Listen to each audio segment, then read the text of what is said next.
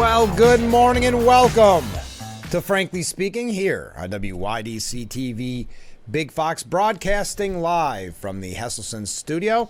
And what an exciting show we have in store for you this morning, because we'll be talking with former Congressman, current candidate for Assembly, as well as the current chairman of the Steuben County Republican Committee, Joe Sempolinski, fan favorite. Joe Sempolinski will be joining us. We're already starting off. Oh, that should be. My button not working? Yes, we are already starting off with 4 waves. This could be a historic, frankly speaking. We're going to kick off the broadcast with viewer comments. We received some comments after yesterday's program up until this morning. So let's get right to them. First off, I'm not convinced that another switcheroo won't happen if Harris doesn't maintain a steady, enthusiastic climb. So I don't think Trump should commit to a debate yet. Now, Trump, a couple of things on that. It's a very good point. First of all, J.D. Vance said something similar, saying that he would debate Harris because he's not convinced that there won't be the old switcheroo. And you were ahead of the curve on that to the viewer, looking at the time frame. J.D. Vance said they're going to pull a bait and switch. Here's my offer to Kamala Harris, J.D. Vance said. If she'd like to do a debate with me on August 13th, I'll do it, right? We should do that. I don't think she wants to anymore because, one, she probably doesn't even know what she's going to be, or she doesn't know that she's going to be the Democratic nominee. And two, we don't know who the vice presidential nominee is going to be either. He's got a lot of skeletons in his closet. They're coming out of the closet today. And we'll see if the Democrats pull a bait and switch on Tim Walz or on Kamala Harris, just like they did with Joe Biden. I don't disagree that there's a lot of skeletons in Walz's closet. I don't think the media cares. I've said this numerous times on my program. I go to various outlets from the left to the right, trying to see the talking points, and it's all sunshine and rainbows when it's in reference to Walz and Harris when you go to major outlets like CNN and the like. So I'm not sure. Yes, the skeletons are popping up, and hopefully we'll have an opportunity to get to them. But whether or not they get the traction. But also to that viewer's point, Trump kind of shifted his talk on the debate.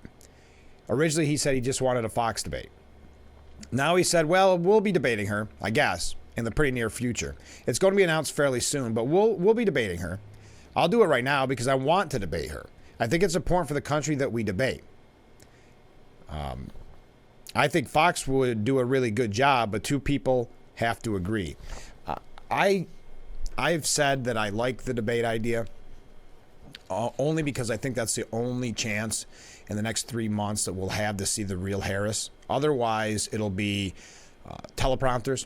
And historically, Harris does not do well at a debate.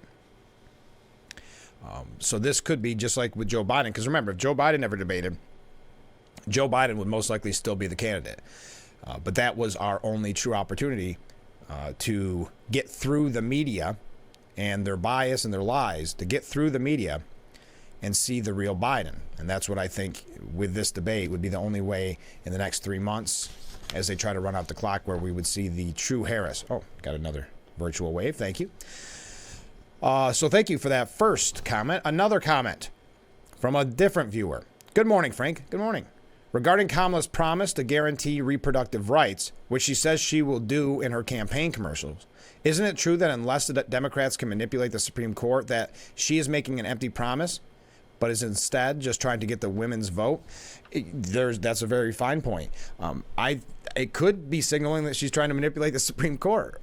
When you look at the reforms that Biden's putting through, that could very well be the case. So it could be pandering.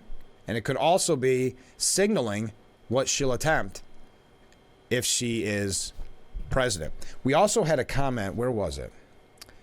Talking about, and I didn't print out, I apologize, from a different viewer, talking about Walz's connection with China, having spent so much time in China. That is very true. According to Reuters, Walz's long history with China draws attacks and praise. He had who was it? De Blasio. Remember Mayor de Blasio in New York City who had his honeymoon in Cuba? Well, Walz had his honeymoon in China. Richard Grinnell said Communist China is very happy with Governor Tim Walz as Kamala's VP pick. He has a long history. He taught English and U.S. history in China. He speaks some Chinese. Got married on June 4th, saying it was a date he would not forget because it is the Tiananmen Square massacre anniversary. And he honeymooned in China. So that was a very astute point from a viewer. I apologize, I didn't print it out to read to you word for word. And I think, wow, can I find it? I should have had this one real close. Miranda Devine had a post on this talking about Walz's slur that he uses, weird, which is gaining all that traction and is getting really overplayed. And one of the points she makes is some of the weird history of Walz himself. Again, and these are great articles, but they're coming from more conservative or right-leaning outlets, and you're not seeing these attacks or these questioning of Walz's and Harris's record in the mainstream media. But here we go. Where is it? On China. It's weird that Walz has visited China about 30 times, including spending his honeymoon there. Quote, no matter how long I live, I will never be treated that well again, he said after his first visit in 1990. They gave me more gifts than I could bring home. So he should compare notes with the Bidens, says Miranda Devine.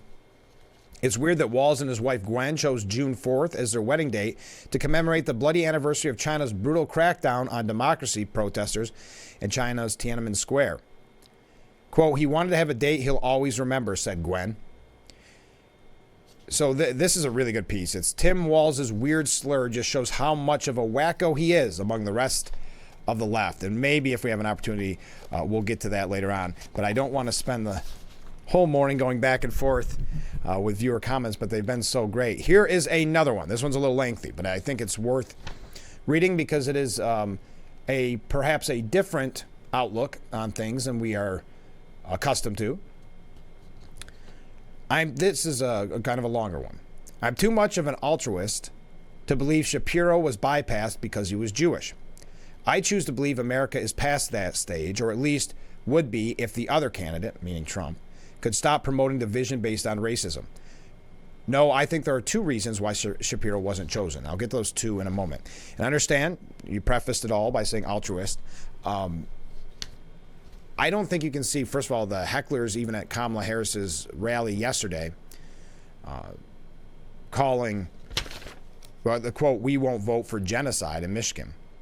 And Kamala Harris saying, coming from the New York Times, that she is open to discussing an arms embargo on Israel, essentially in exchange for the Michigan uncommitted vote. I don't think if you look at the uncommitted vote and the fear that struck in Biden and in Harris now, but in Biden originally, and why he changed his position on Israel and weakened his position on Israel, and the way that Harris has handled herself so far, looking for that quote-unquote uncommitted vote. And to those not familiar with the uncommitted vote, there was a protest vote during the primary where they would vote, but they would just write in uncommitted to show that they were of the kind of the anti-Israel strain of the party. And you've got to look at Van Jones.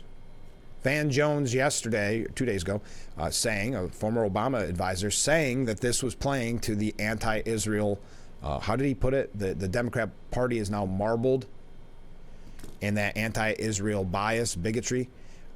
So I don't think you can just throw out immediately the fact that Shapiro wasn't picked because he was Jewish. I know Congressman Langworthy saying over Twitter, today's announcement by Kamala Harris shows just how tight of a stranglehold that the anti-Semites have over the Democrat Party. So again, I don't think you can just downplay that, but I'll continue with your point. The first is Shapiro himself. He's become a meteor to the party and, without a doubt, a future candidate for the White House. Now, however, he's building that resume as governor of an important state. I think he simply declined to become a number two in the country's least visible job and privately shared that with Harris. He can still be a massively effective supporter and build the national image while helping carry Pennsylvania. I would agree with that it probably in a political career move wouldn't have been the best choice for him personally.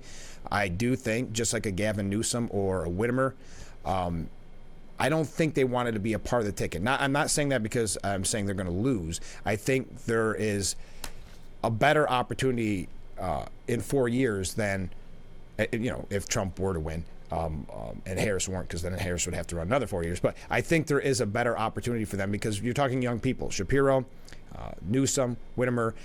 This is such a weird election year. And I know the media is presenting it differently, but before Biden stepped aside, Harris was hugely unpopular, and the Democrats did not want her in the position she is now in.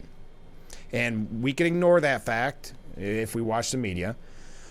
We can pretend that never happened, but we all know that was the case. So I think a lot of people don't want to be on a ticket where you had just a month ago a candidate that was less popular than Biden at the time. So I think for political interest and political expediency, Shapiro may have indeed said, nah, don't put me in there. I'll look towards the future. So I don't disagree with that at all. Secondly, there's no question as VP candidate, Shapiro would seriously outshine Harris on the trail. That's a good point. We read, I didn't mention this on the show, it was after the show, but I believe it was the New York Post had a piece on this. Don't quote me on the New York Post part of it. That one of the reasons why Walz was picked is he has no future endeavors looking towards the presidency. He said, I don't have any, I'm not using this as a stepping stone. So I think in this instance that, Harris doesn't want someone that's going to outshine her and has their sight, whoever it would have been, Whitmer, Shapiro, have their sight set for the White House. But I'll continue. The last thing Democrats want is voters saying, why isn't he the candidate? Good point. That's not a threat with Walz. Walz will happily and effectively play the role of the backup and bring in every guy comfort to the ticket. I've watched that appeal work countless times, but he also brings a strong experience record attesting to his ability to do the job if needed. We could get into the background of some of the things that are popping up and kind of go through the minutia there, but I'll continue. Lastly, I reject the common criticism that Harris-Walz yanks the universe to the far left. But even if it was true, it's hypocrisy coming from the Trump camp. The GOP has already given up to the far right. There are still majorities of moderates of both parties that stop those polls if they haven't already forfeited allegiance to the cult. Thank you very much. I guess I'm not sure how it's hypocrisy because Trump, if I accept the premise, Trump has pulled the GOP to the right. That's not, I think you can still call out the other side for pulling the party to the left without being a hypocrite, couldn't you? I don't know. I think very good points. Thank you very much. A little bit of different take than perhaps normal here, but I again, on the altruism part, you may not agree, but from a political tactic at a time when Van Jones has said the Democrat Party is marbled with anti-Semitism, it had to play a role in this. Because I don't understand, and that's why your point that maybe Shapiro just didn't want it, because why would you not pick someone from Pennsylvania that is so hugely popular? Why would you pick Walz? But I do think there's a point to be made there that Shapiro would outshine her, which is not something that Harris needs because it is whatever the media is saying now. And even if you're a supporter, you've got to admit when it comes to public speaking, comes to likability and things like that. I don't say you have to admit. I don't care. I don't like when people do that. But you have to at least consider the fact that she isn't the most prolific politician. There's a reason why, even as the Democrat nominee for president, that she has never garnered a single vote from a Democrat to be the presidential nominee for the Democratic Party. But we've got to take a break because I am already running long. With Joe Sempolinski coming up later on, it's going to be a busy morning where I complain about running long throughout the whole morning. So stay with us. Keep those comments and those waves coming in. We're already at 5 waves. That's a great start. We'll be right back with Frankly Speaking. And we are back with Frankly Speaking, broadcasting live from the Hesselson studio here on Market Street in Corning. Coming up in a little bit, we'll have the Steuben Senior Services Fund section of the program with Joe Sempolinski. Just to add a little bit more on there. Oh, another comment from a viewer. Frank, you could debate her, meaning Harris, and the Democrats would Joe her too. I like that. Is that the term? To Joe somebody? Joe Biden somebody? To boot her out. I like that. So a lot of people, J.D. Vance, some viewers here, thinking there could still be the switcheroo. I tend not to think that. just because of the time frame. But if the polls start going down, listen, she never received a vote. It's already an undemocratic process. So why not throw somebody else in there? Yes, Kamala Harris was scolded by anti-Israel hecklers during a rally yesterday in Detroit. Man, they got to come up with some new chants. Kamala, you can't hide. We won't vote for genocide. I don't know. I never thought chants to be that effective. But anyway, that's when Kamala said, you know what? If you want Donald Trump to win, then say that. Otherwise, I'm speaking. And then she paused to stare down the demonstrators. I find that part awkward. I think you have to respond to it. I'm not knocking her for that. But she kind of seems like that teacher you didn't really want to get back in middle school sometimes. But you can disagree with me on that. That might have been a little bit biased. I'm here because we believe in democracy. Everyone's voice matters, but I'm speaking now, she said. Keep those waves coming in. Thank you. Also, let's see. Oh, I wanted to mention this early on, but we had so many great comments, and we're going to have to take another short break here in just a moment. David Dutch, a victim of the Trump assassination attempt, has spoke out for the first time since his release from the hospital. This is the comment or the statement that was made. David, his wife, Cherie, and the rest of the Dutch family wish to express their sincerest gratitude for the enormous level of support that they have received from their friends, their fellow Americans, and everyone else, whether domestic or abroad, that have kept David and his family in their prayers. The brave men and women that saved his life, including, but not limited to, the police officers, the medics, the life flight crew, and the medical professionals of Allegheny General Hospital, as well as those who continue to care for him as he navigates the road to recovery. So I wanted to give you an update on that.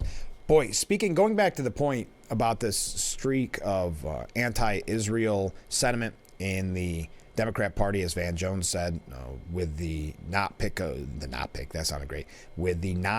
of Shapiro for VP, saying that the Democrat Party is marbled with anti-Semitism. Did you see Cori Bush go off? She lost, I mentioned it yesterday, she lost her primary battle, making her the second member of the squad to be ousted. Bowman, of course, the first. Far-left squad representative Cori Bush declared that she's been radicalized after losing her Missouri Democratic primary race on Tuesday. Pulling me away from my position as Congresswoman. All you did was take some of the strings off. Okay? Let's be clear. And she said, let's be clear 1, 2, 3, 4, 5, 6, 7 times. Let's be clear. Let's talk about what it really is. As much as I love my job, all they did was radicalize me. And so now they need to be afraid. Let me say this. AI PAC, I'm coming to tear your kingdom down. Referring to the pro-Israel super PAC that shelled out almost $9 million to unseat the incumbent representative. I'm coming to tear your kingdom down, she said. And that you need to be afraid. The White House was even forced to condemn this kind of rhetoric. This kind of rhetoric is inflammatory and divisive and incredibly unhelpful, said Press Secretary Karine Jean-Pierre. We're going to continue to condemn any type of political rhetoric in that way, in that vein. She added, arguing that we cannot have this type of inflammatory, divisive language in our political discourse. We may get a chance to talk with Joe Sempolinski about Cori Bush. So we have a lot about the campaign, whether it's on Harris' side, Trump's side. There's been a lot of pushback and criticism from the right on Walz and what he said about his military service. We may have an opportunity to talk about that as well. We do have some other issues, not just on the presidential race. So keep those comments, keep those waves coming in. I'd love to hear from you. But right now, it's time to take a short break. Stay with us. We'll be right back with Frankly Speaking here on WYDC TV, Big Fox. And we are back with Frankly Speaking here on WYDC TV, Big Fox. I'm your host, Frank Acom. We are broadcasting live from the Hesselson studio here on Market Street in Corning, and we are now up to, should have done one more, 10 waves. Wow. Comment from a viewer: Walz wouldn't care or do anything if the whole country was on fire. Maybe that's why she picked him. All they would need is a fiddler. When, as they say, when in Rome. It is amazing the lack of coverage of some of these, what would normally be career-defining issues, whether it's kind of his depends on what media outlet you're listening to, but his loose language on his military background, whether it's his handling of the George Floyd protests, whether, the list can go on and on.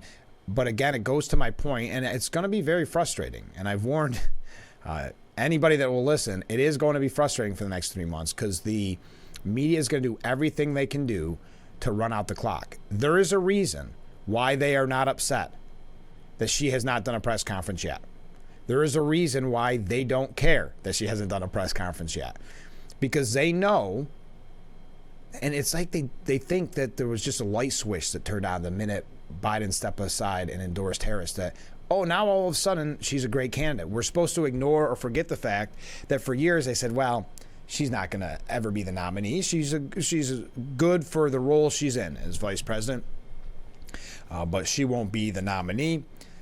And then when there was talks early on that maybe Biden would drop out, it was, let's not have it be Harris. But now we're told that she's a great public speaker. Remember the one outlet, I wish I could remember who it was, and I'm going to paraphrase what they said. It was from a left publication. I want to say like the New York Times or the New Yorker, who said, yes, the speeches are on teleprompter, but she knows how to pick an amazing speech. And here's one, and this is very reminiscent of the Obama era. CNN's Jeff Solaney talks about, quote, Harris capitalizes on the trappings of office and the power of imagery. For Democrats at these rallies, it was a level of enthusiasm not seen for years at campaign rallies. It was, in fact, taking a page out of Donald Trump's playbook, particularly by using the magnificence of Air Force Two as a backdrop. The former president held countless rallies across the country using a slightly larger Air Force One. To pull off the picture-perfect moment on an August day took the sweating sacrifice of thousands of supporters. And here's where it gets, you'll have a flashback to the Obama years, many of whom had been waiting for more than 6 hours by the time Harris arrived. Several people fainted or passed out, with chants of medic sounding throughout the evening. We need some water. We have somebody down, Walz said, pausing his speech. Medic, we need a medic right here. A few moments after Harris took the stage, another fan fell. We need a medic. Let's all take care of each other. Campaign staffers rushed to pass out waters and snacks as the political speeches wore on. So there's two examples, but they said chants of medic were sounding throughout the evening. Okay. Now, I will say, I'm not sure how many viewers out there have went to a Trump rally. I'm not saying it's not impressive. People waited for 6 hours in the heat to see Kamala and Walz. I get it. I remember waiting, I want to say, for both of my rallies that I attended for Trump back in 2016 as a member of the press. I want to say I waited probably 4 or 5 hours, and that's before they became so gigantic that people were not allowed to attend anymore. I remember the one in Williamsport, with, again, a press pass, and even in that situation, turned away because of the size of the crowd, people waiting sometimes overnight. But that's neither here nor there. I can just see the writing on the wall with these type of articles, that it's so similar to the Obama years, and in this case, proving that momentum. Because momentum is the key word, or trajectory, whatever the case may be. That's what they are going to continue to use for 3 months. I mean, now some of the outlets you go to, you would think it's all over but the shouting, that the polls are just showing Harris running away with it. The media is very good at manipulating, and that is something that I think the Trump campaign and Trump supporters really need to take seriously, and I think they are. How the media, that's why J.D. Vance is doing, I think, a great job of going out there, actually confronting Air Force Two as they, I guess, met at the same airport, saying, oh, I want to see what my next plane is going to look like. But saying to the media, why are you guys not concerned that she is not answering your questions? Don't you want her to answer your questions? I think that is something that needs to be brought up as much as possible until she does answer those questions. Now, we are not naive enough to think that they're going to be tough questions from unfriendly outlets. Of course, she's going to have very scripted sit-down interviews. She'll be asked questions by friendly reporters. Listen, if they can, and I've said it since day one, and I will say many have echoed this, the statement that I made, that if they can keep Biden's cognitive decline a secret for 3.5 years, or attempt to keep it a secret and cover up for it, they can push her to the finish line for a measly 3 months. They're currently trying to downplay or twist themselves up into a pretzel to defend Tim Walz's military record, or how he presented his military record. There's actually a very long piece doing exactly that from CNN by Jeremy Herb and Hallie Britzy. Tim Walz's military record. J.D. Vance reopens line of attack. And they go through an interview. I know the New York Post has interviewed a lot of people that served with him in the National Guard that did not speak highly of him. They found no one that in his group, his unit, that spoke poorly of him. Just one person. They just interviewed one person that just happened to be a big fan of Walz. So they go through and say, well, they don't come right out. If the shoe was on the other foot and this was Vance, they'd call a fact checker in and call it false about some of the things that Walz has said. Not in this case, because it's Walz, to show, again, the media bias in this, to twist themselves up to a pretzel and say, well, if you really look at it, we don't know the exact time frame. It's a story as old as time when it comes to the media. Jim Acosta on CNN was forced to even correct a top Harris surrogate who had the audacity to suggest that J.D. Vance never served in the military. They're trying everything they can do. So never mind Walz's questionable comments about his service at times.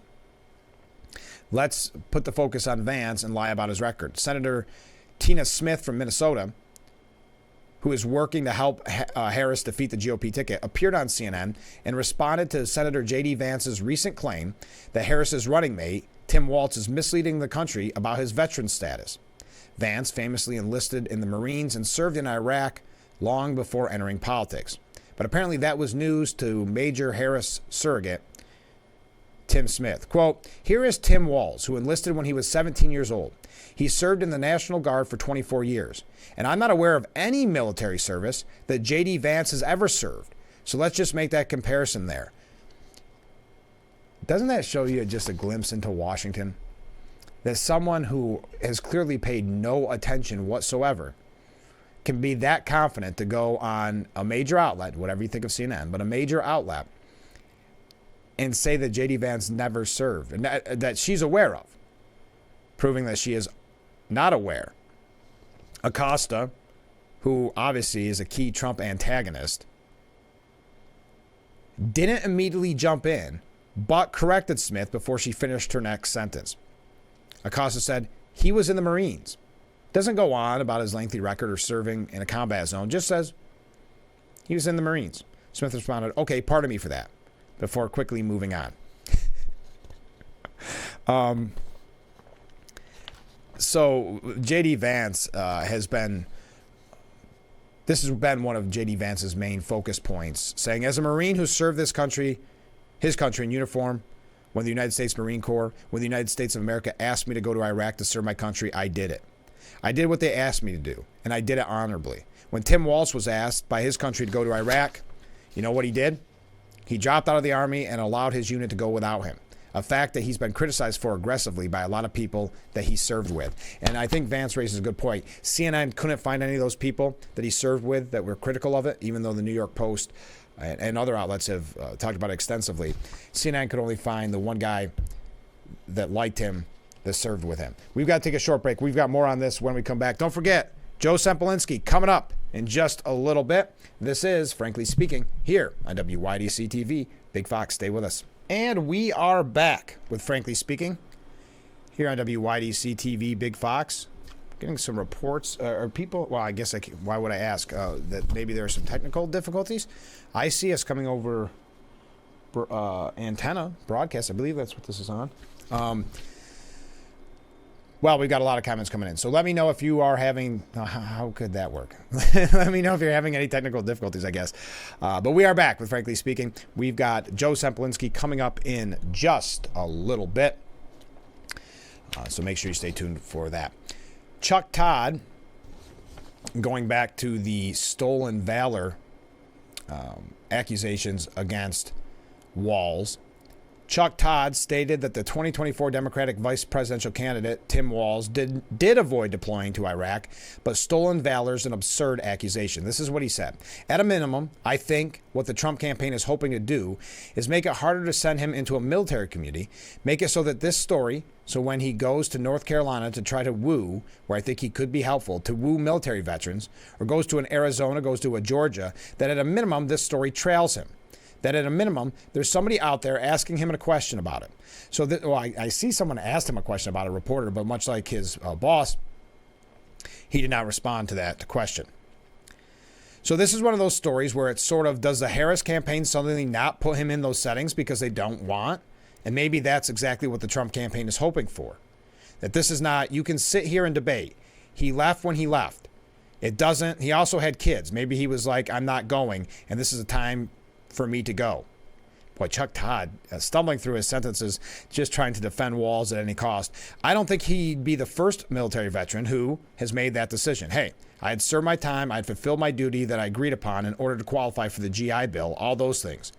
But it does probably make it harder for the Harris campaign to deploy him, specifically in the, I have a feeling, it's certainly what I think the Trump campaign hopes here. Wow. That's what it sounds like. When someone from NBC News that wants to see the success of Harris and Walz, that's what the sentence sounds like, defending Walz. But he continued, if that wasn't enough. I don't think this is one of those where, I'm sorry, if you're going to use a phrase, he used a weapon of war and somehow say he was here, I think stolen valor is an absurd accusation. I guess I would ask the question, if the shoe was on the other foot and it was Vance misleading about his military record, would the media defend him and say things like it's absurd to attack him? I think that's a fair question to ask. Van Jones has been very interesting lately, hasn't he? I mean, he called out what he sees as an anti-Israel bigotry in the Democrat Party. But he did talk about Walz, and this may be the way that they rephrase it. This was on Anderson Cooper 360. Former Deputy Communications Director for Trump's 2016 campaign, Brian Lanza, said his record is fair for criticism, meaning Walz. He's leaning very much into it, but listen, it brings a lot of issues. I'll tell you why. There's a photo of him, a 2004 photo of him, where he refers to himself as an enduring freedom veteran for Kerry. The problem is the military, the Department of Defense, does not qualify him as someone who is a recipient of an enduring freedom title. So either he misrepresented himself to run for office, or the correction is now. He can't have it both ways. He can't claim he served in combat and then 20 years later say, it's just no big deal. It goes to character. And that's a problem for this campaign. The fact that we're talking about it and more people are talking about it is not what Kamala Harris wants to be talking about. I will say before I get to what Van Jones had to say, a lot of people are talking about it, but not the major outlets that should be talking about it. They're talking about it in a way to defend him, but I'll continue. Van Jones said they should clean it up. It's conceivable that he's been loose with his language or said stuff. People are human beings on these campaign trails, but now he's running for a major position. If he needs to clean it up, clean it up. The reality is, if he said one or two things that turned out to be maybe a little bit sloppy, fix it. Maybe he's got a gazillion people willing to stand up for his character. He's got gay students who are willing to stand up for his character. He's got people he's served with who are willing to stand up for his character. If this comes down to a character contest between the ticket and Donald Trump, we're going to win 50 states. Let's just get this cleaned up and move on. So that's Van Jones. We've got to take another short break because I've got so many comments coming in. Someone telling me that there could be technical issues, but I hear others saying no. So we're going to keep trucking right along here on Frankly Speaking. We'll be right back. Stay with us. A quick commercial break. And we are back with Frankly Speaking, broadcasting live from the Hesselson studio here on Market Street in Corning. A comment from a viewer. My opinion regarding the meddling media manipulating the truth or otherwise, I like that. The meddling media manipulating the truth or otherwise presenting outright lies is that they should be held accountable for any damage, including defamation of character, and should therefore be held responsible in a court of law. I'm curious as to whether or not, say myself as an individual, could sue the offending media for damages.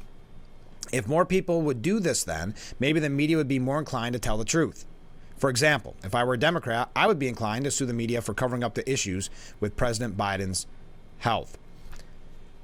I know that former President Trump, while he was president, talked about this, trying to change the rules, because there is sort of a,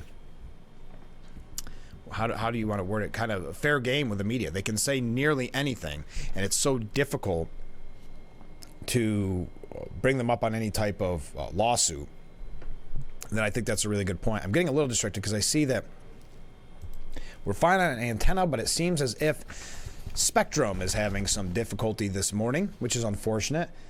It seems like when fan favorite Joe Sempolinski is on the program, there seems to be technical difficulties at times. This will be the second time, but don't worry.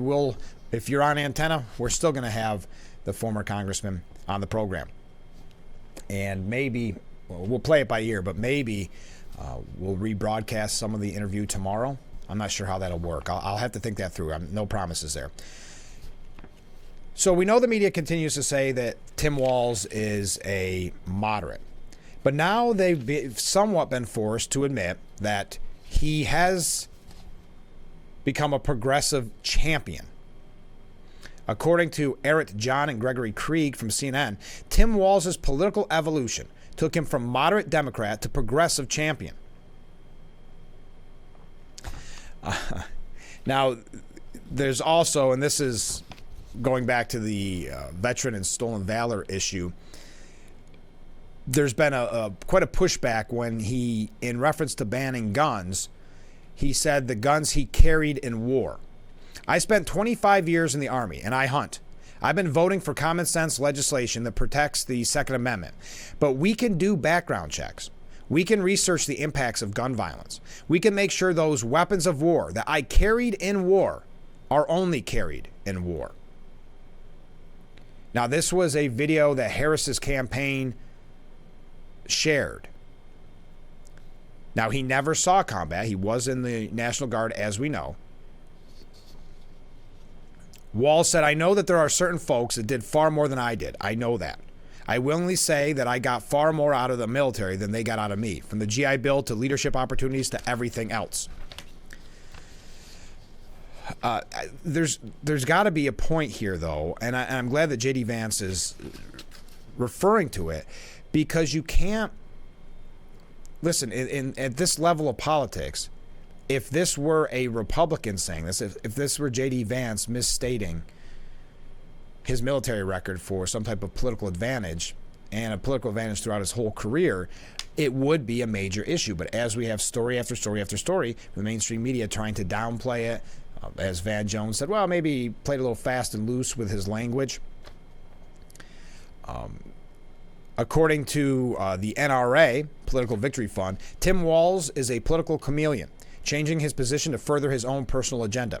In Congress, Walz purported to be a friend of gun owners to receive their support in his rural Minnesota district. Once he had his eyes set on other offices, he sold out law-abiding Minnesotians and promoted a radical gun control agenda that emboldened criminals and left everyday citizens defenseless. Kamala Harris and Tim Walz cannot be trusted to defend freedom and our constitutional rights. Walz, if you recall back in 2017, after the Las Vegas mass shooting, he donated roughly $18,000 he received from the NRA to charity. And the following year, he joined fellow Democrats in calling for gun control measures, including banning so-called assault weapons. Well, we still seem to be on the air, but I understand there are issues with Spectrum this morning. Not that that is helpful to say to anybody on Spectrum, because I can't see it. Let me take another short break, though, because I've got to reach out to some people on that. Stay with us. We'll be right back with Frankly Speaking here on WYDC TV, Big Fox. And we are back with Frankly Speaking. Yes, we are having a technical difficulty on Spectrum. I've contacted some people to see how that goes. What a shame, because we got Joe Sempolinski coming up in just a moment. A veteran who served in Walz's battalion addressed the stolen valor accusations. He's used the rank that he never achieved in order to advance his political career. I mean, he still says he's a retired command sergeant major to this day, and he's not. He uses the rank of others to make it look like he's a better person than he is. And this was an interview on the Laura Ingram program from retired Command Sergeant Major Thomas Behrens. To most people, that would mean that he was actually in combat when he referenced taking a gun to war. Carrying a weapon in a combat zone and getting combat pay, and in a dangerous and hostile environment where he is getting shot at. I mean, if he thinks Italy was a combat zone or a war zone and he was carrying that in war, he's delusional. What he did basically was he quit. He didn't complete that condition of doing 2 years after graduation, so he gets reduced to a master sergeant. And that's what he is right now, is a retired master sergeant. In a statement to Fox News, Army Lieutenant Colonel Ryan Rossman, Minnesota National Guard's Director of Operations, explained Walz's rank at the time of his retirement. He was technically a Command Sergeant Major when he deployed to Europe with his battalion. But to retire as Command Sergeant Major, you have to go through a final course, which he had not completed. So from a benefits perspective, the Army retired him as Master Sergeant, lower enlisted rank. But according to the National Guard records, he was a Command Sergeant Major. Technically, when deployed, the lower rank was as a result of benefit requirements and a technicality. The campaign then issued a statement. After 24 years of military service, Governor Walz retired in 2005 and ran for Congress, where he chaired Veterans Affairs and was a tireless advocate for our men and women in uniform, and as our Vice President of the United States. He will continue to be a relentless champion for our veterans and military families. Well, this did not sit well with Berards, who served with him, saying, from what I get from the soldiers that I went to Iraq with, probably 95% or 98% of them are completely against him, embellishing his record. Don't try to make it look like you were a Command Sergeant Major.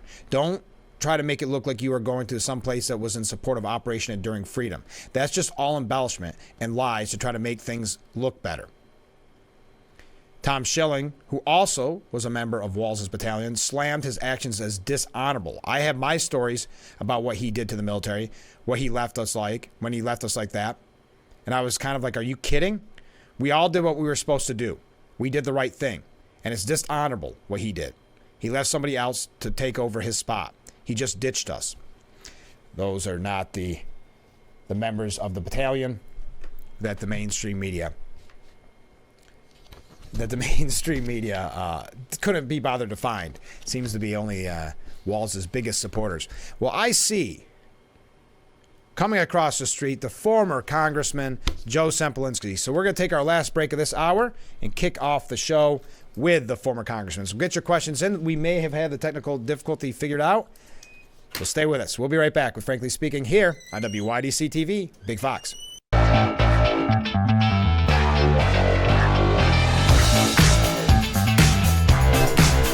And welcome back to Frankly Speaking here on WYDC TV, Big Fox, broadcasting live from the Hesselson studio. And this is the Stu Benz Senior Services Fund section of our program. Joining us in that studio is former Congressman Joe Sempolinski. Joe, thanks so much for being on the show. Frank, it's a pleasure. How's your summer going? It's going good. So I was thinking about this, and I know I've said this last time when you were on the show. The world changes in between every time we do an interview. It's like an epoch has passed. Yes. You know, like we're in a different era than we were the last time we were here. And this is not just this time, the last time, and time before that, too. Every time.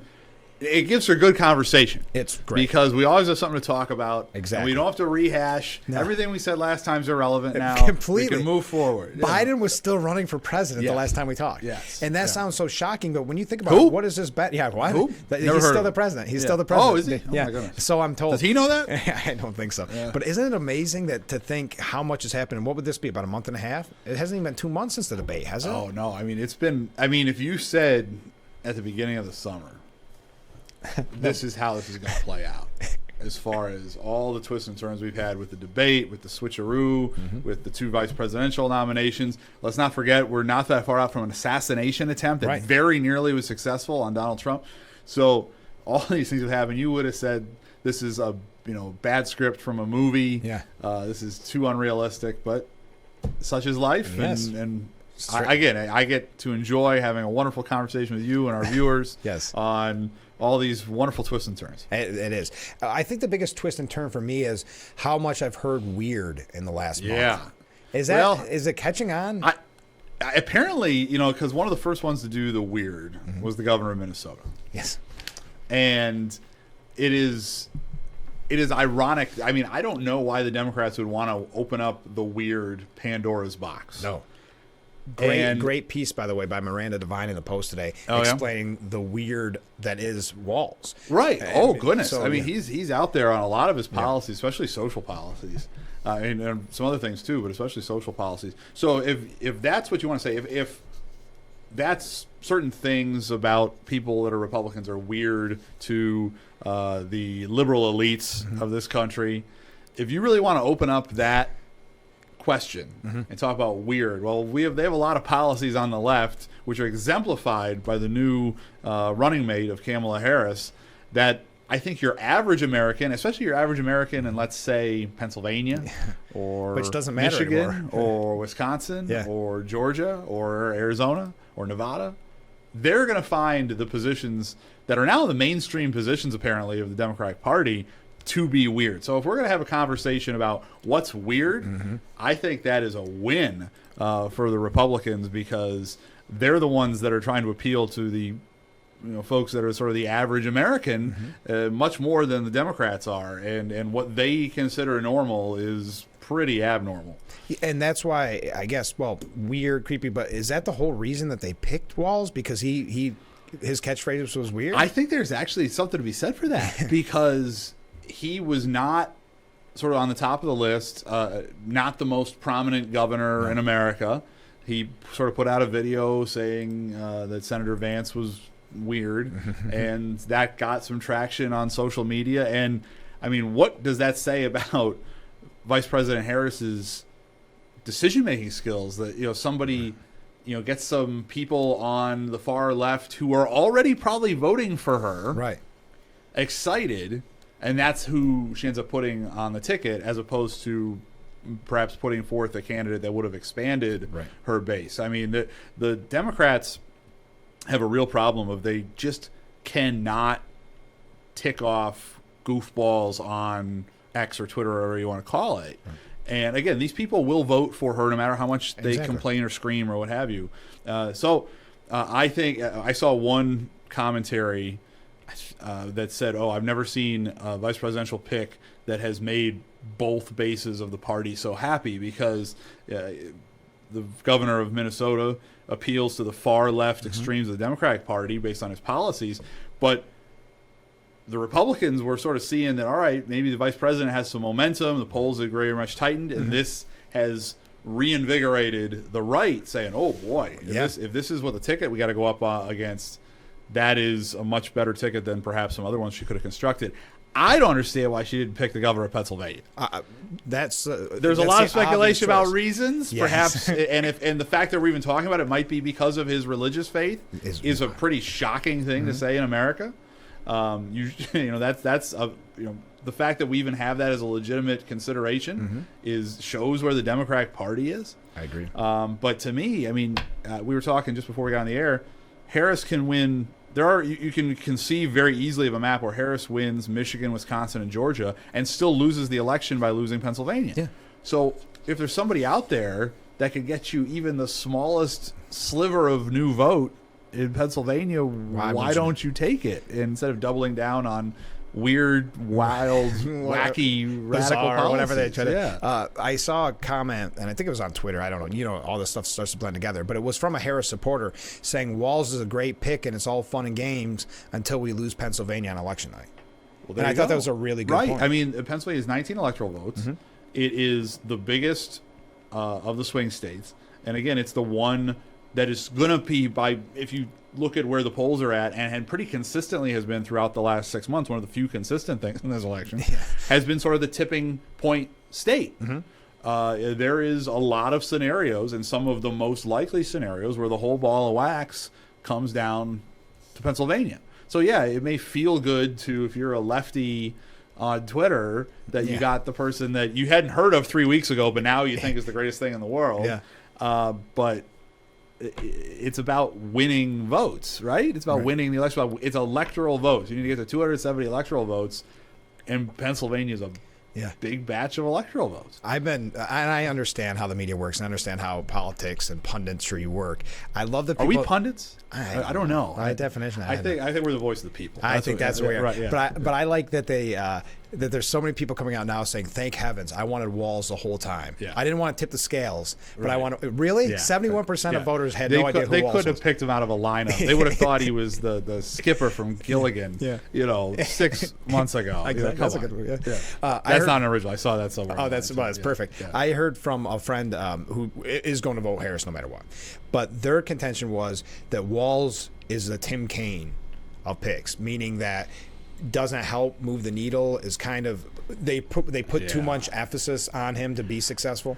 I think there's something to be said for that, where there's some talk that I've seen in commentaries that one of the reasons that Walz was picked instead of Shapiro was Walz is sort of less likely to steal the spotlight, less likely to want to run for president. That Shapiro was a little too ambitious, that sort of overstepped during the vetting process. And if that's the case, then sort of getting a guy that comes across as sort of this boring guy, kind of like Senator Kaine comes across as this boring guy. Right. I can see that. I don't think it's a perfect analogy, but I can see the thought there, the through thread there. I saw a commentary right after this was announced, and they were saying this in a positive way, so keep this in mind, Joe, that Walz is Biden 20 years ago, from the folksiness. And I find, I will say this with Joe, it got very old with the malarkey and the come on man, because it was a kind of a crutch that he used his whole career. Right. But with Walz, the folksiness to me at that rally seemed very forced, much like Kamala Harris, the forced political I agree gestures. with that. And some of the background on Mr. Walz, because you're talking about authenticity. Yeah. Joe Biden's got a lot of downside. Yes. But that sort of gee whiz malarkey stuff seemed to be actually sort of who he was. Yeah. And his problems are a bunch of other problems. And that's the Right. reason he's not running anymore. But Walz, remember how Walz has come up through politics. So he's a school teacher in southern Minnesota. He gets elected in a Republican-leaning district. Oh, yeah. District that is now currently held by Republicans. And sort of presents himself as this moderate. He wins, I believe it was 2006. Well, it was a Gillibrand thing too, because he received an A rating from Yeah, NRA oh, at yeah. the time. So he wins in the sort of one of the big wave years during the Bush administration. Comes in a very Republican district that is, it's not a district that had shifted to the left. It is still a Republican district, as I said, held by a Republican at this moment. And, presents himself a certain way. Then he runs statewide and governs as one of the most liberal governors in America. Okay. So whether his demeanor is forced or authentic or whatever, I don't know. I don't know the man. I've never met the man. Right. But clearly, over the course of his political career, he's been all things to all people based on what he was trying to run for and what he was trying to present himself. So there is legitimately, most definitely, an authenticity issue about Walz. I'm just as a human reaction. Yeah, I would say there's a little bit of okay, all right, this is you're trying a little too hard. Right, exactly. You're trying a little hard. And I get it. It's just the same with the weird thing. And then they're going to keep pushing that, Right. and it's nothing new here. But the problem I have, and let's take a break because I want to get to this. But I'll start the question here. Can the media, who kept Biden his mental decline secret for 3.5 years, can they run out the clock on Harris for 3.5 months? That's what it looks like they're doing. That was agree. JD Vance's point yesterday, walking over to her plane, saying, "Oh, she won't talk to you. I'll talk to you, whatever." And it terrifies me. Yeah, I think they're overcorrecting. They got caught. They got caught sort of covering for Biden. Yeah. They took Biden out, and now they're gonna. So they overcorrected that way, and now they're gonna overcorrect the other way. Right. Between now and November, Kamala Harris will get the best press that any person has gotten in the history of the United States. It's already happened. And I think they can just keep talking about momentum. I mean, they don't even have to talk about what she's saying because you only got 90 days. Oh, wow. Wait, hold on. We got to take a break. I'll explain why in just a second. Oh. Stay with us. We'll be right back with Frankly Speaking.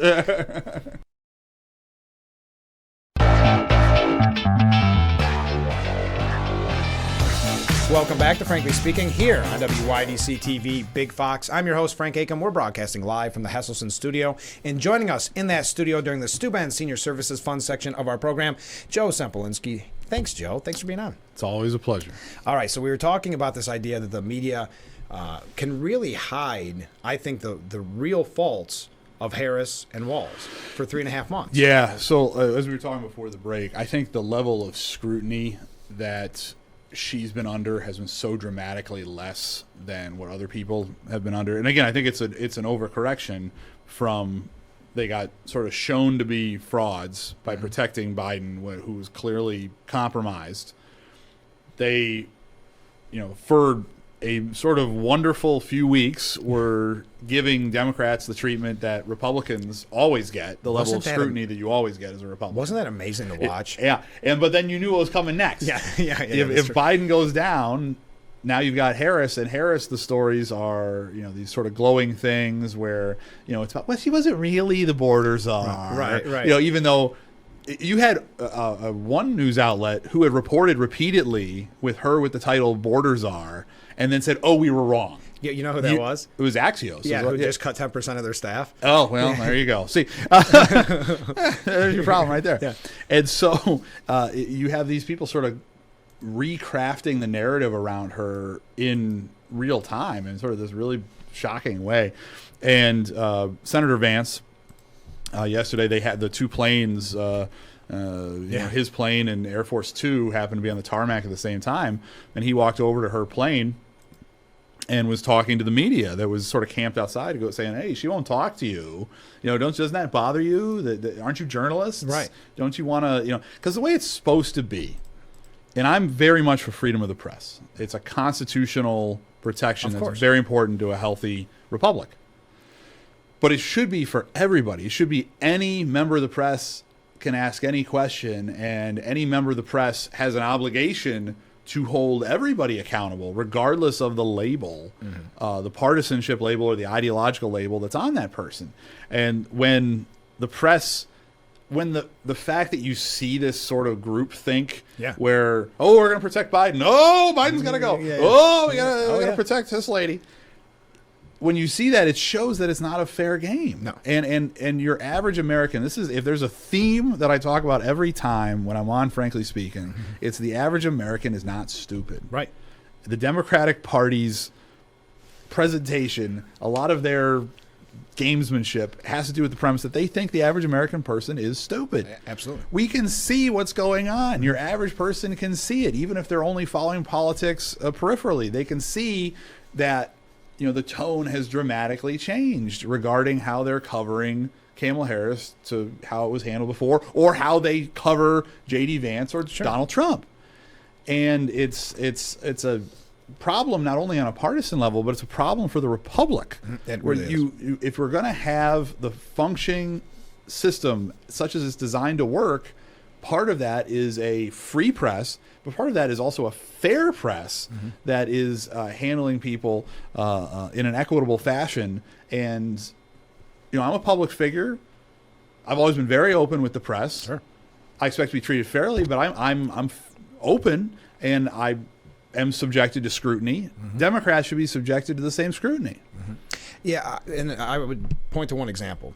The story about Walz and maybe misleading on his background when it comes to his service. Right. If that were J.D. Vance, how would the coverage be this morning? Because you have, who was it, Chuck Todd. Well, it's absurd to call it stolen valor. Maybe he did duck out of a few things and mislead, and Van Jones saying similar that, well, maybe he was a little loose with his language. Let's just clean that up. Instead of presenting, hey, this is what the person said. This is what his service record is. You figure out if you're comfortable with that. Right. And it's pretty clear that to some degree he's been loose, to be nice, with how he's presented himself. He did not go to Afghanistan. And little Richard Blumenthal action. Yeah. So, but instead of presenting that, hey, Congressman Walz said this, Governor Walz said this. This is what he did. This is the rank he had. This is the rank he no longer has. This is present that. If it was Walz, suddenly they're explaining. Well, you need the context, or he meant it this way. This was not sure the time frame. And you don't get that. And frankly, if it was Vance, it would be the number one story in the world for a week, 2 weeks. It would be the defining thing about his candidacy. Right. And everybody knows that to be the case. Everybody knows that to be the case.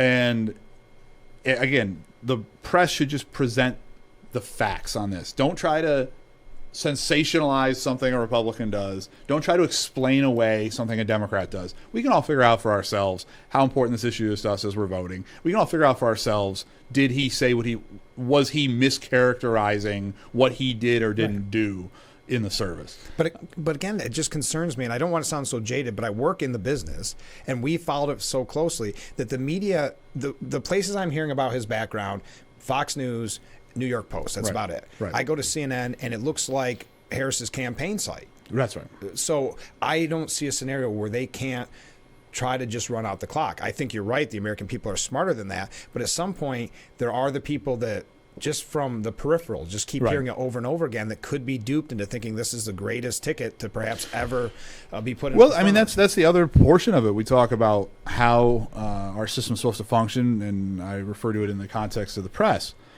But when you're a citizen in a free society, when you're a voter in a democratic republic, you have a responsibility too. I agree.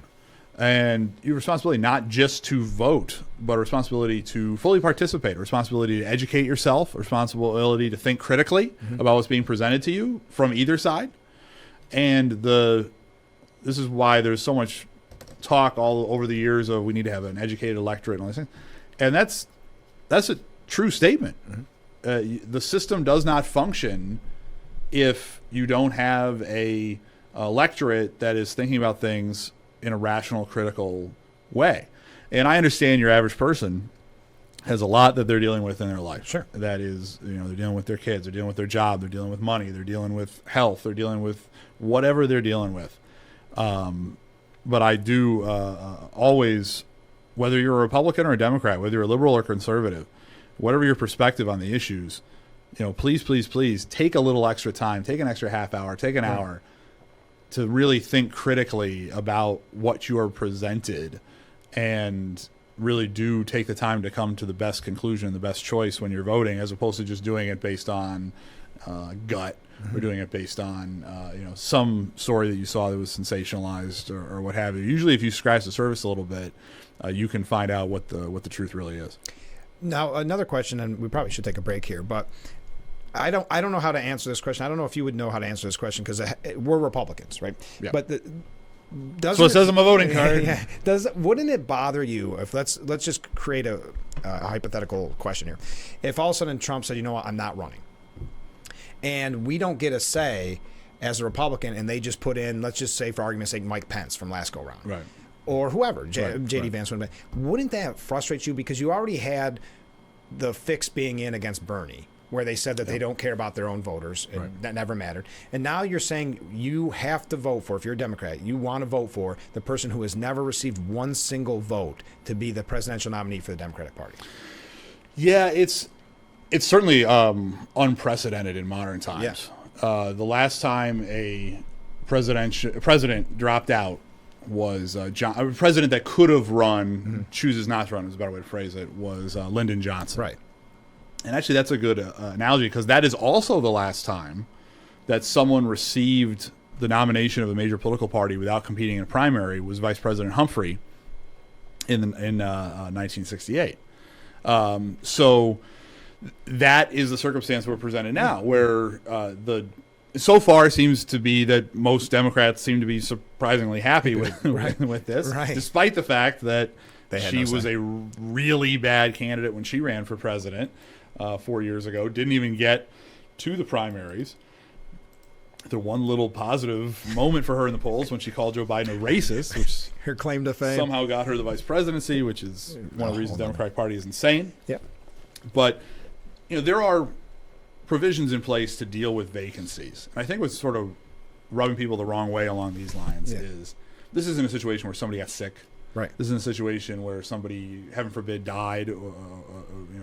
Sadly, the Republicans were almost dealing with this situation in a very different way. They were an inch away from dealing with that. And who knows what would have happened there. Thank God that that's not how that played out and that President Trump is safe.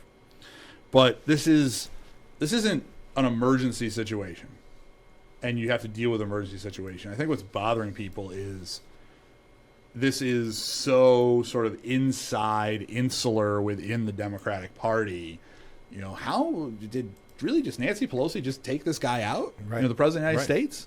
You know, did Chuck Schumer sort of help her? You know, all these sort of questions sort of swirl around it. And then, poof, magic. Suddenly it's not Biden-Harris, it's Harris-Walz, and ignore the man behind the curtain, and you keep going. I think that sort of execution of the sort of emergency provisions you have in place for any sort of vacancy, that way that it happened, I think, is leaving a weird taste in people's mouths, especially for people, these sort of peripheral voters you're talking about. They go, "Oh, wait a minute, I didn't know that's how that worked. This is how this works. The guy could just be swapped, really? You know, whatever." So that is sort of sitting weird with, I think, some people, and again, especially sort of moderate or less engaged voters.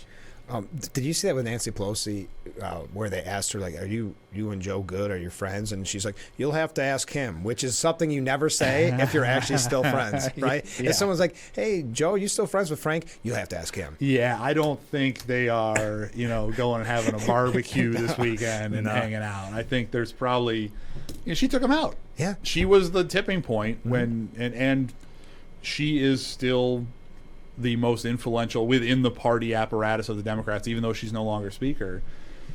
For whatever reason, she's the most influential, and people, I don't know why they do, but people listen to her. Yeah. And when she started to say things on the Sunday shows of like, he'll do the right thing, you know, this sort of I was when going, he makes up his mind after he has adamantly said he is staying and has made up his mind. Well, you know, once he makes up his mind, once we make up his mind for him, yeah, exactly. You know, it may be different. So she's got a lot of SWAT, and I don't like being in a situation where Nancy, regardless of anything, I don't like being in a situation, whether it's speaker or party or whatever, where Nancy Pelosi has a lot of SWAT, because the direction she wants to move the country is very much in a direction I think is not in the best interest of the American people. Right. We got to take a short break. Stay with us. A lot more to cover right here on Frankly Speaking.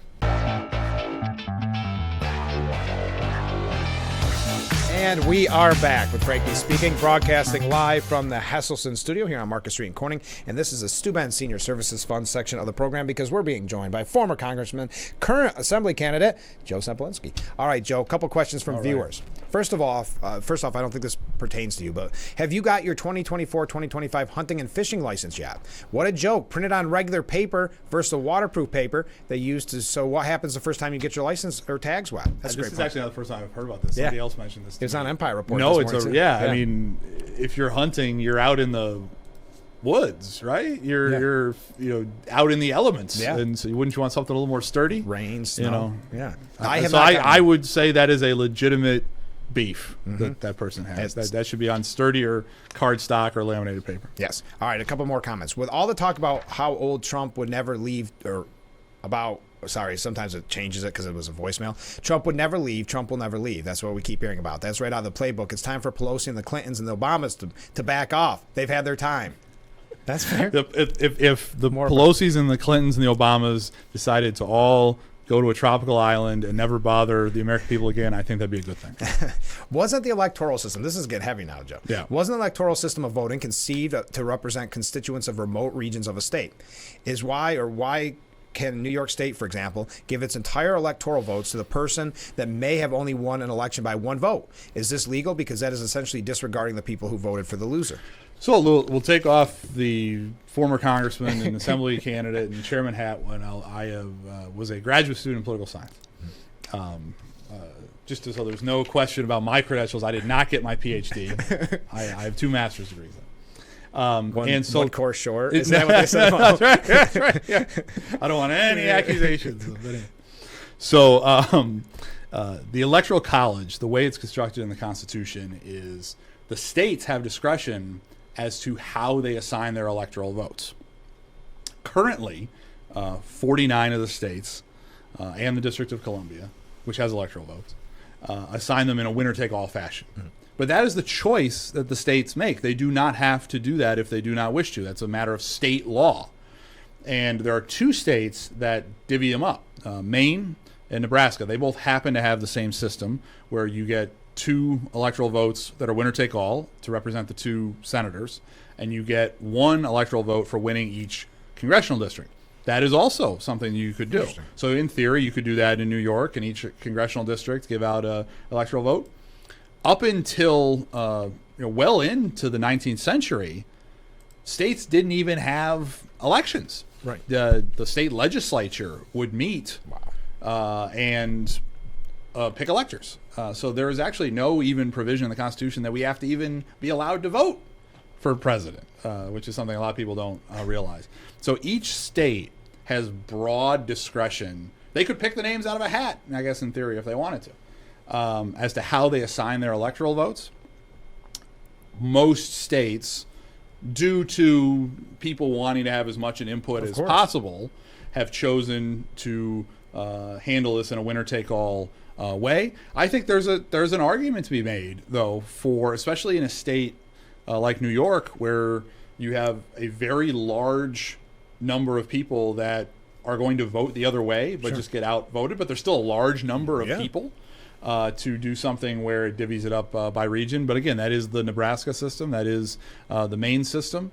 And there is certainly a lot more discretion in how the Electoral College is constructed in the Constitution than most people realize, because the wildly different versions of that discretion have not been utilized. Again, there were states up to into the 1850s, I believe, that did not have public elections for president. Just the state legislature dealt with the electoral votes.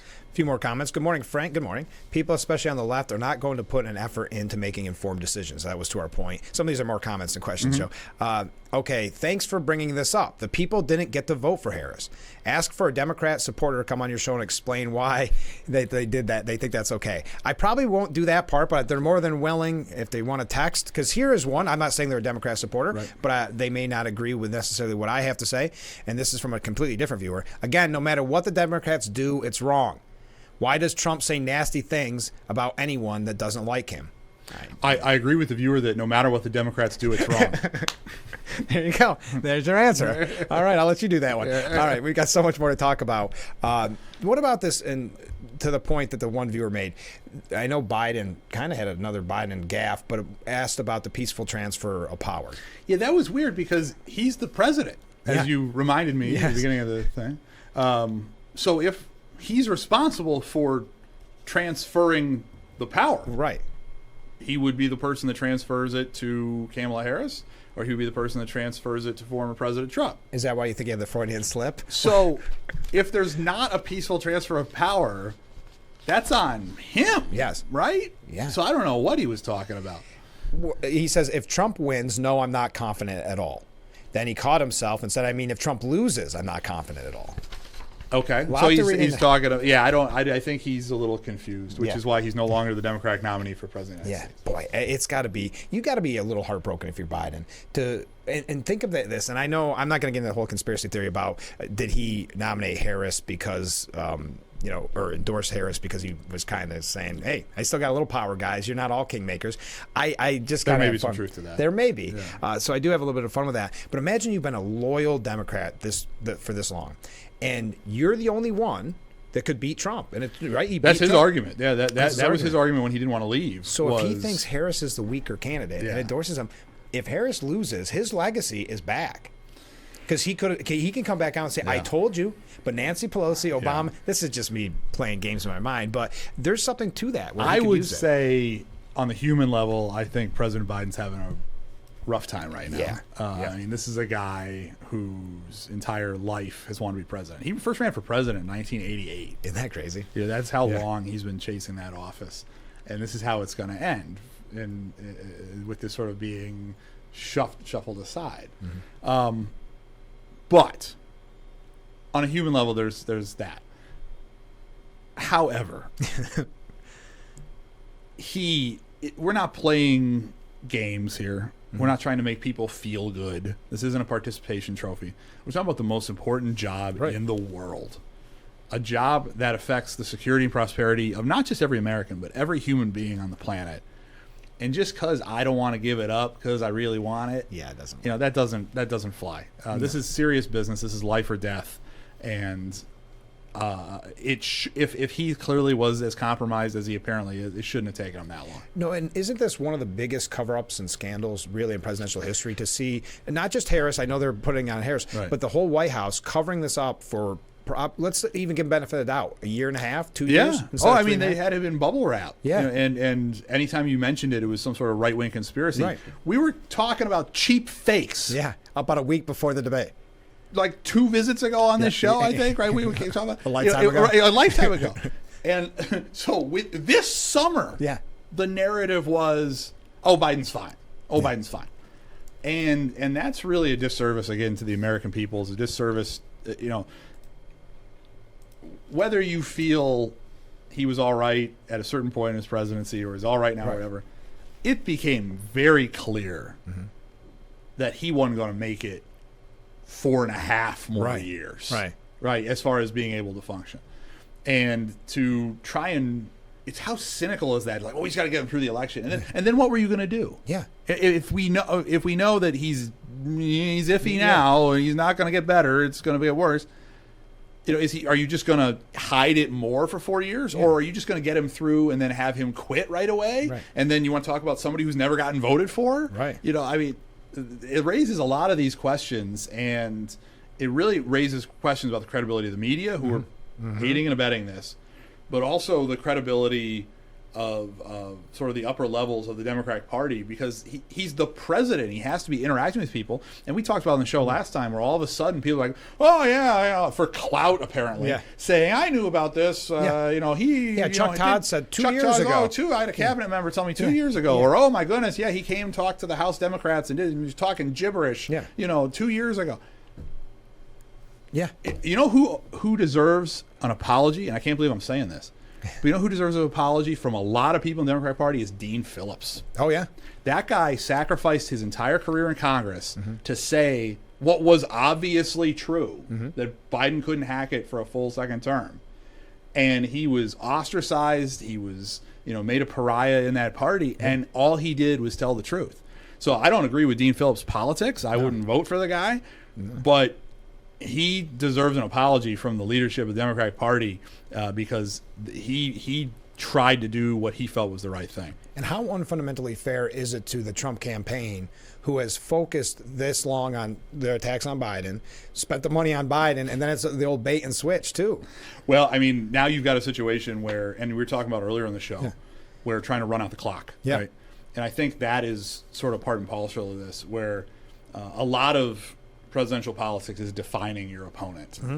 And when you've only got now 90 days left, it's tough to do that. So it is a more difficult situation from a messaging standpoint for the Trump campaign. Now that you don't get to choose the circumstances of your election. Sure. You have to sort of overcome that and deal with the situation that is presented to you. I've personally dealt with a lot of twists and turns in politics. Things don't play out exactly the way you thought they were going to play out. Right. You have to overcome and move forward and try and do the best you can. We got to take a break. But before we go to break, this is a comment from a viewer. You got my vote, Joe. Keep up the good work. Thanks. Thanks, Mom. We'll be right back. Frankly Speaking, stay with us. And we are back with Frankly Speaking, broadcasting live from the Hesselson studio. Joe Sempolinski in. Sorry, just trying to look for the right button. There we go. All right, Joe, we got so much to cover, but we were talking about the health of President Joe Biden. And if you think about the fact that he never took that debate, then he would still be running for president. And the reason I mention that is it's never been about his health or the safety of the country. It's all been about electability. No, absolutely. And it's one of the... I mean, it's weird to go back and watch it now. And they haven't scrubbed it yet. Yeah. But you can go back and see that video where he's like, hey, Donald, I'm going to debate you twice. And like he's the macho man calling out Hogan or something, right? And it was Jimmy like... Mouth of the South was in the background. Right, exactly, right. Yeah. Jimmy Hart would have been a better vice presidential pick. But, so it was like a professional wrestling thing. It really was. He wanted that debate. Yeah. He begged for it. He taunted Trump into it.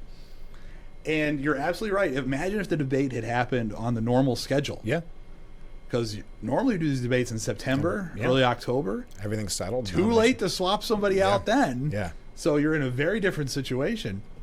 Do you think it was a setup? Some may say it was a setup by the people around him. That's a possible, given how unprecedented it was. I mean, we're talking months. Oh, yeah. Months earlier than any debates ever occurred Yeah. in history.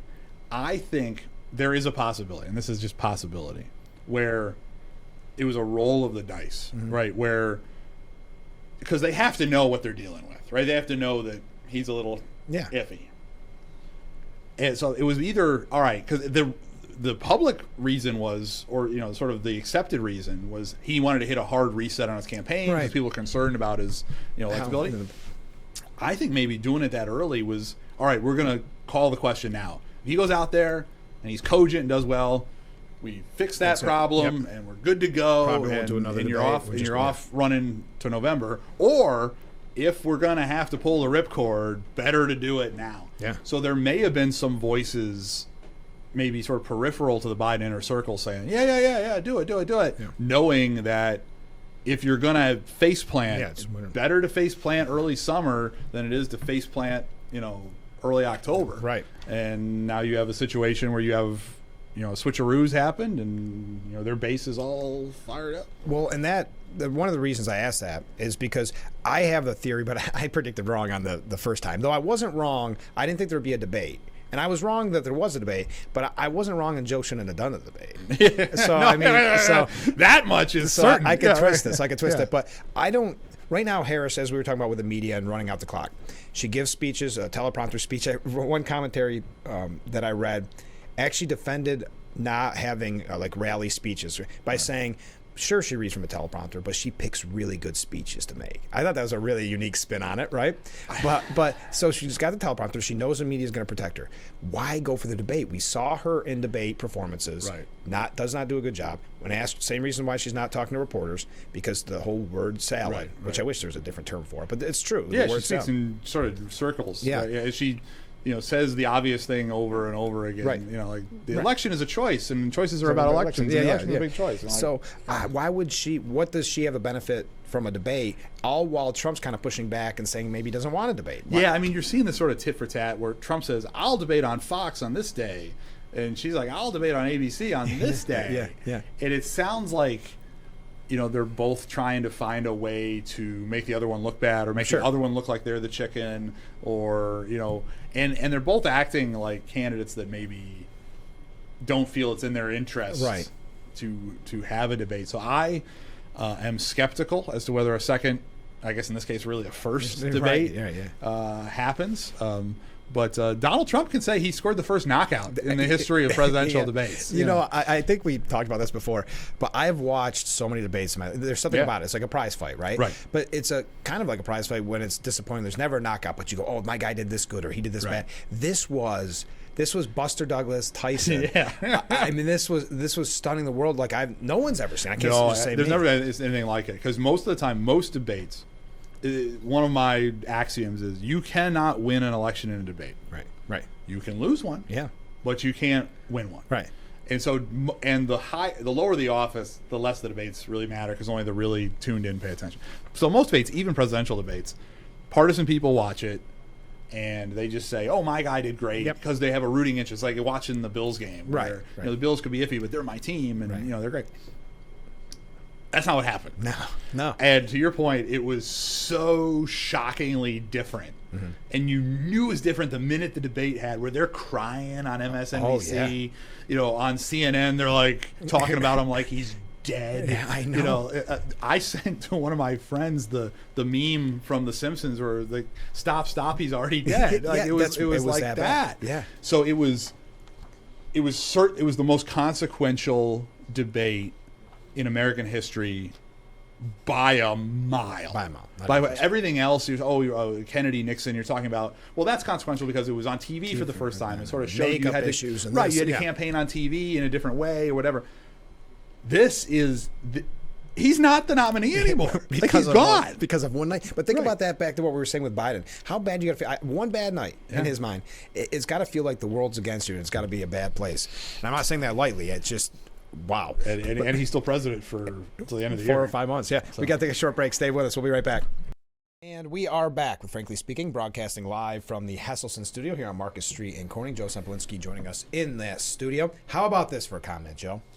Tell Joe if he ever gets to be governor, don't forget us here on Frankly Speaking. I will remember that if I ever get to be governor. I am not a candidate for governor. Let's make this very clear for the record. But I think the current governor is awful. Yes. There you go. Do me a favor. If you do decide to run for governor, go from Congress to Assembly, then go to mayor. Oh, yeah. And then go to governor. Yes. Have the most interesting, politically historic biography. I was having a conversation. I was at an event last night, a political event last night. And somebody said to me, like, every member of Congress, they just all want to be a lobbyist when they leave. I go, not me. No. I'm running for the state legislature, which is much more popular than becoming a lobbyist. Yes, it is. Yeah. Not much more popular. So I think we probably ought to get away from the national stuff. I mean, there's a lot more we could talk about. I just think that, I hope I'm wrong, but I hope Harris gets some scrutiny. I'm just not. I just don't think. No, I agree. I think hope is the right word. I'm not expecting suddenly the mainstream media to hold her accountable unless something really dramatic happens. Mm-hmm.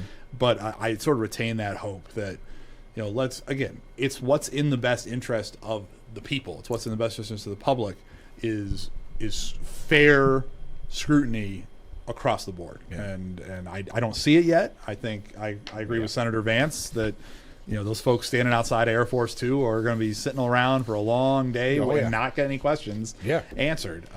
But it is what I hope. Yeah. Yep. But let's get to some more local stuff, or statewide at least. Mike Sapercone stopping by the studio the other day. Yes, and I was with him later that day. We went to meet with the acting sheriff in Cattaraugus County, and then we went to the Cattaraugus County Fair in Little Valley and had a wonderful time going around and got a milkshake and talked to the folks. And he is a delightful guy. Yeah. He certainly has my support to be the next United States Senator from the state of New York. I think his background is good for this race and the issues that are affecting New Yorkers right now. He's a retired police officer. Mm-hmm. He's a retired small businessman. He is somebody that is having a good time enjoying being out and talking to the people. Unlike some of these folks we're talking about, he likes being out talking to the folks. Again, I was with him at the fair, and he was really working the crowd and talking to folks. Fair that I heard. Mm-hmm. So the same thing. And he did a great job on the show. Gave us a full hour, which that doesn't always happen. Especially for a statewide candidate. Right. So no, he's working very hard. And Mike Sapercone is the Republican and Conservative Party nominee running against Ms. Gillibrand in November, and I think he would be an upgrade from the current junior senator from the state of New York. I completely changed the topic, but we've been reading the comments of people praising you, and I've always joked, right, that it's either you or Allard are gunning for my job. No. Now get this though. No. I don't know if you saw this. Making national news, Sheriff Jim Allard, NBC News. Oh, really? He got quoted. So I said, well, okay, he's getting a little practice in if he wants to take over the show. Then I find out he's on Paramount Plus, PD True, for 2 episodes. Is he really? Episode 4 and episode 5. I got to go home and pull that up. I would watch that. I just want to mention that. I'll talk about the quote on tomorrow's program, but I know that you're good friends with him, and I want to mention Jim is an excellent sheriff, and somebody else. I mean, he has the advantage of being unopposed, which is always nice for his election. Yeah. So he is just. I would implore the sheriff, please remember to vote for yourself. And I'm excited that my dear friend, and he is a dear friend, Jim, is going to be sheriff for another 4 years in Steuben County. And now, how is everything going locally? I know that we do. I think since the last time we talked, a little bit of a change in what's happening on some local races. So we talk countywide races. Mm-hmm. So there are 3 countywide positions that are up. The sheriff I mentioned is unopposed. The circuit court judge, which is unopposed, that's going to be Chris Tunney. But because of the resignation of Judge Roach, which we talked about on the last episode that I was on, there will be another county judge position that is on the ballot this year. The Republican and Conservative Party nominee is Judge Matt McCarthy, who is the current Corning City judge. Mm-hmm. He's also an acting county judge, very qualified, and is somebody who certainly has the values that I think a lot of folks in Steuben County are going to be attracted to. Like I said, he's the Republican candidate. He's the Conservative Party candidate. It was a unanimous nomination on our part, and I'm very excited about him. He does have a Democrat opponent. I'll just leave it that she is an administrator at Cornell Law School and a very liberal person in her ideology and an activist. So I think there's going to be a stark difference in sort of the ideologies that'll be presented. Between the two candidates, the position is county and family court. It's a very important position. It's a 10-year term. So I cannot emphasize enough that Judge Matt McCarthy is the best choice for judge in Steuben County. And he's somebody that I'm excited about him also, not only as a judge but as a candidate. He had a very competitive election when he ran 10 years ago for Corning City Judge. Right. He has is well known throughout the county. And I think he will not only be a strong judge, which is the most important thing, but I think he's a very strong Republican Party nominee. And he will be a strong member of that ticket. But Matt McCarthy is definitely the best choice for the county judge position that has a competitive election this year. And I want to mention, because we've always tried to make this a goal on the program, we'll be talking to both candidates so everybody can be the most informed. That's where else what we're talking about. Where else do you get we're that? We're preserving the system, right? That's here, right. That's why we said from the beginning, people need to be informed about who they vote for at every level. And that's trying to get you all the information that we could. You know, I just quickly, two things. One local, and then maybe we have enough time for a national one. Steuben County Fair's coming up. How excited are you? I love the fair. Like I said, I just said I was with Sapricone in Little Valley. Yeah. Before that, I was in Allegheny County at their fair, and my wife grew up over that way. That was the fair she went to when she was a kid. But do they have pig races? Do they have pig races? Not in Allegheny County. Yeah, so, and you just put some. You hit me where I live, because that is my favorite. I laugh my rump roast off when I see those pigs running. There's around. something about it. It's fun, and that's the fair I've been going to since I was a little kid. Yep, and I enjoy myself very much going there. The Republicans always have a booth. And I think it's been the same booth since the 1850s or whatever, and so we have signage so you know who the folks are that are running, and literature and what have you. I've been gathering that up from the different candidates over the course of the last few days, and I always work several shifts myself. I'm going to be there. Frank's working a shift. He's going to be there Friday. So it is a wonderful thing. It's just a great tradition, first of all, for the county, and we still live in a county where people go to the fair, and people of all walks of life go to the fair, which is a wonderful thing. But it's a good opportunity every year to highlight. And I sort of watch as people go by the booth. They sort of see, all right, okay, who's running this time? All right, I know. But it's a good chance for that education about what is the Republican ticket this year? What are the menu of options that we are presenting to the public? So I love it, and it's Tuesday through Sunday, I believe, of next week. And we're actually going to have an interview on Monday. Well, Monday is the harness race. Yeah, they do some of the preliminaries. The Monday. But we're going to have an interview on Monday in reference to Steuben County Fair. But I can't think of summer without thinking that root beer. You get the root beer there, and watching the pig races. And they're all right next to each other. You go out the back of the exhibit hall. Yeah. You get the root beer. Yeah. You watch Tyrone the Terrible tear it up. Yeah, as always. And what's better than that? Nah. What's better than that? Last year you signed me up to do the Republican booth when the pig races were going on. I missed it. Oh, you missed them? I had to stay 2 hours. Jason Cook is a Supreme Court judge. Yeah. Grew up in Steuben County. He's from Yates County. And he can't do political stuff because he's a judge now. He got elected a couple years ago. So last year I'm at the fair, and it's at night, and it's the last race. And I'm like, so I duck out of the booth. I'm the chairman, so I can duck out of the booth. Nobody's going to yell at me. And I'm watching the race. Yeah. Because I just want to watch it. And I look next to me, and it's the Supreme Court judge standing there with his father. Yeah. Watching the race. Yeah, of course. Because it's what you do. Of course. It's just two Steuben County boys watching the race. Yeah, it's like I said, it's something about summer. I guess we are out of time. I don't really have any more national stuff. I think we covered everything. Because who knows, next time you're on, it'll be completely different. Right. Do you think it's like Vance says, the old switcheroo could still be coming? He did say that. That he said that, debate and switch, I think, but he said that he would debate Harris because he's not sure. He's not sure who. He said that like yesterday. Yeah, because at the moment, I believe legally, they've done the vote for Harris. So Harris is the presidential nominee.